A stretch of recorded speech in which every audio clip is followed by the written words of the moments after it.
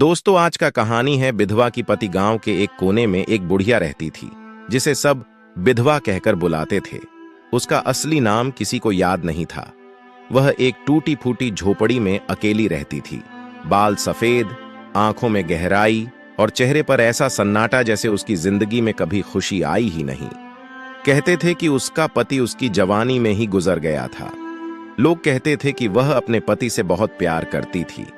उसकी शादी को महज 3 साल हुए थे जब उसका पति एक हादसे में चल बसा। लेकिन बुढ़िया की आंखों में हमेशा एक अजीब सी चमक होती थी, जैसे वह कुछ जानती हो जो बाकी लोग नहीं जानते। एक दिन गांव में एक अनजान साधु आया। उसने झोपड़ी के पास रुककर बुढ़िया से पानी मांगा। बुढ़िया ने उसे अंदर बुलाया और पानी दिया। साधु ने उसे गौर से देखा और कहा, मां, तुम्हारे चेहरे पर ऐसा सुकून क्यों है? लोग कहते हैं तुमने अपना सब कुछ खो दिया। बुढ़िया मुस्कुराई और धीमे स्वर में बोली, साधु महाराज, मैं विधवा नहीं हूं।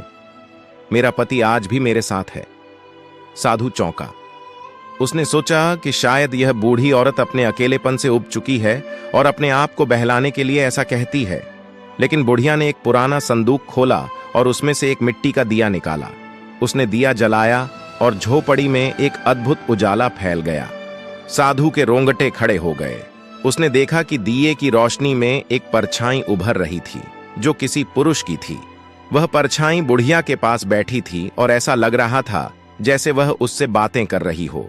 साधु ने घबराकर पूछा, यह क्या है मां? यह किसकी परछाई है? बुढ़िया ने मुस्कुराते हुए कहा, यह मेरे पति की आत्मा है।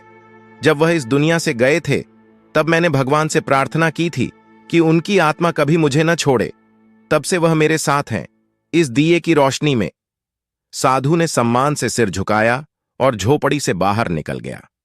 उस दिन के बाद किसी ने बुढ़िया को अकेलेपन की शिकायत करते नहीं सुना। गांव वालों को उसकी बातों पर विश्वास नहीं था, लेकिन उसकी आंखों की चमक और चेहरे के सुकून को कोई नकार नहीं सकता था।